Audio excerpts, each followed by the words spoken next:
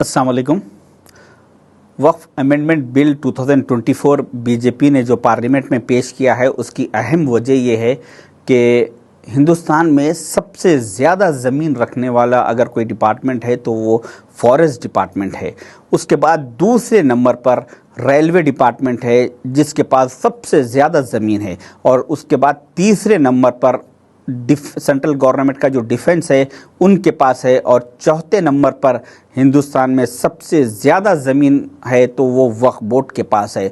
तो बीजेपी चाहती है कि इस चौथे नंबर पे जो सबसे ज़्यादा ज़मींदार है वक्फ बोर्ड डिपार्टमेंट ऑर्गेनाइजेशन, तो इसको चौथे नंबर से 40वें नंबर पर ला दे। इस वजह से उन्होंने एक काला कानून बनाते हुए एक बिल पार्लियामेंट में पेश किया, जिसको बहुत ही काबिलियत के साथ राहुल गांधी जी, जो पार्लियामेंट के लीडर ऑफ अपोजिशन हैं, उन्होंने उस बिल के बारे में कहा कि इसको जॉइंट पार्लियामेंट कमेटी यानी जेपीसी को भेजा जाए, और वहाँ पे वो लोगों की राय लेंगे। उसके बाद हम उस बिल के ऊपर पार्लियामेंट में डिस्कशन करेंगे।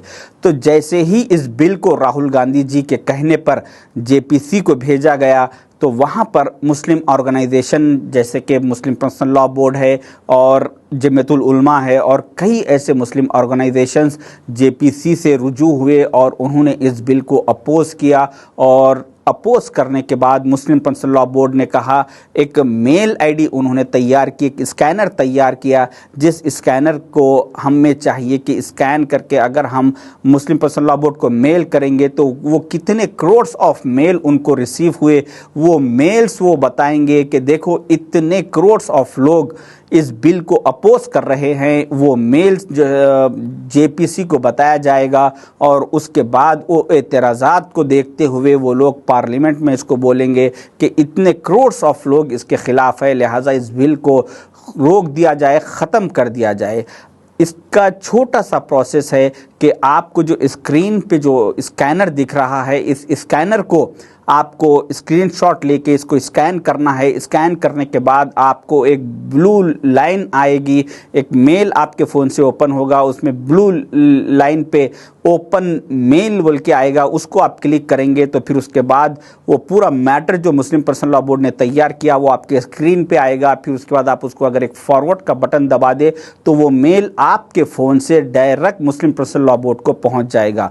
उससे फ़ायदा ये होगा कि करोड्स ऑफ मेल अगर आएंगे तो वो मेल्स के डिटेल्स मुस्लिम पर्सनल लॉ बोर्ड जेपीसी को यानी जॉइंट पार्लियामेंट कमेटी को बताकर इस बिल को रोकने में कामयाबी हासिल कर सकते हैं।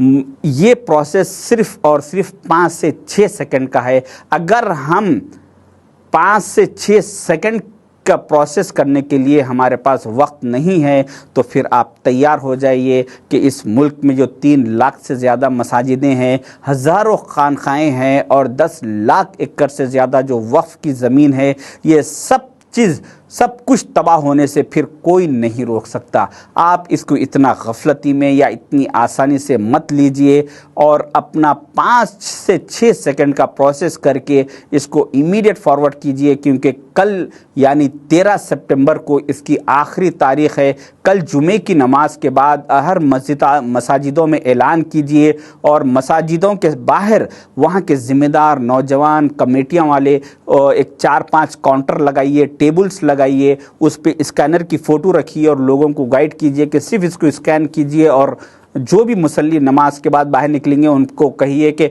आप स्कैन करके ही जाइए। तो वो लोग स्कैन करके मेल करके जाएंगे, तो इससे करोड्स ऑफ लोगों का अगर जाएगा तो इससे बहुत बड़ा फ़ायदा होगा। वरना अल्लाह ताला का भी निज़ाम है कि वो गाफिलों की मदद नहीं करता। अगर आपके पास 5 सेकंड का वक्त नहीं है तो फिर आप सूरह अर्राद की में अल्लाह ताला सूरह नंबर 13 और आयत नंबर 11 में अल्लाह ताला फरमाते हैं कि मैं उस कौम को नहीं बदलता जो ख़ुद अपने आप को नहीं बदलना चाहती। तो इस वजह से हमें चाहिए कि अपने आप को बदलें। हमारे टाइम में से सिर्फ एक 6 सेकंड का वक्त निकाल के इस मेल को फॉरवर्ड कीजिए। जो बाहर NRIs है, दुबई, सऊदी, अमेरिका, जहाँ पर भी हिंदुस्तानी रहते हैं, उन सब के चाहिए कि इस मेल को, स्कैनर को फॉरवर्ड कीजिए। कम से कम इस वीडियो को फॉरवर्ड कीजिए। आप करने के बाद आपके घर के जितने फ़ोन्स हैं उन सारे फ़ोनों से ये स्कैन कराइए और मेल फॉरवर्ड कीजिए। और इस चीज़ में آپ اس بل کو اپوز کرنے کے لیے میل کر رہے ہیں، مگر غفلتی میں مت رہیے کہ جو دوسرے طبقے کے لوگ ہیں ان لوگ بہت بڑی مہم چلا رہے ہیں اس بل کی تائید میں، وہ بھی ایک اسکینر تیار کیے ہیں۔ تو اگر ہم غفلتی میں رہیں گے تو ساری ہماری مساجدیں، ہر وہ چیز تباہ ہونے سے کوئی نہیں روک سکتا۔ آگے ہمیں چاہیے کہ اس پر غور کریں اور اس پہ امیڈیٹ ایکشن لیتے ہوئے ابھی اس میل کو فارورڈ کیجیے۔ شکریہ، اللہ حافظ۔